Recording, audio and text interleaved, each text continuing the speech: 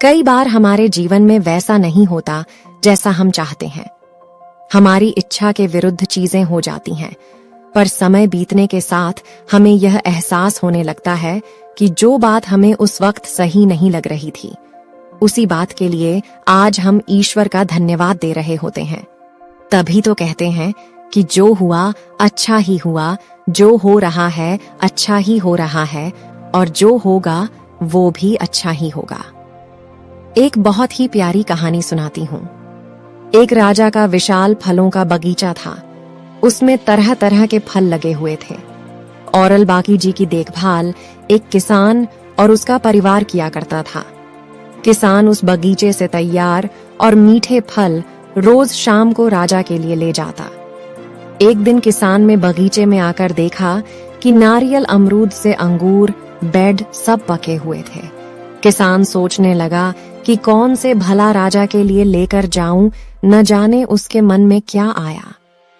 उसने अंगूर की टोकरी भरी और राजा के लिए लेकर महल की ओर चल दिया। वह रास्ते भर सोचता जा रहा था। केवल अंगूरियां 2-4 सेब, नारियल, अमरूद ही डाल लेता।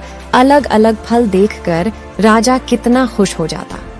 सोचते सोचते वह महल के बाहर पहुंच गया।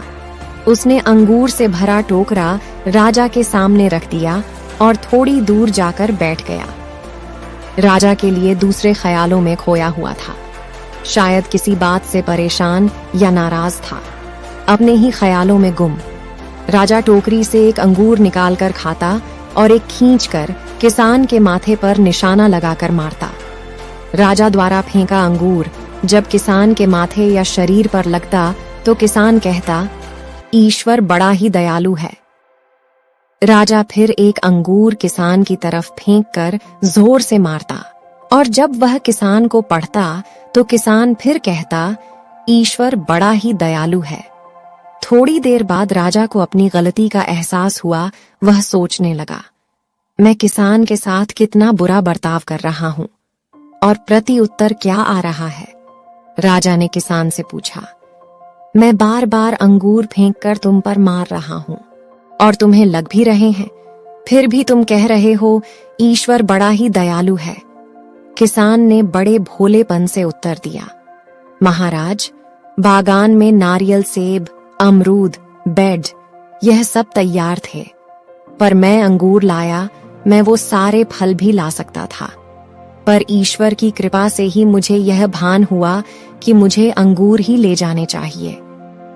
मैं ईश्वर का धन्यवाद देता हूँ, क्योंकि अगर मैं दूसरे फल लाता और इसी तरह आप मुझे जोर से मारते तो मेरा क्या हाल होता। सच में महाराज, ईश्वर बड़ा ही दयालु है। दोस्तों, यदि जीवन में किसी मोड़ पर सही या आपके हिसाब से घटित ना हो तो धैर्य रखना, क्योंकि समय अपने राज समय आने के साथ ही खोलता है, और उस समय हमारे मुंह से यही निकलता है कि जो हुआ अच्छा ही हुआ।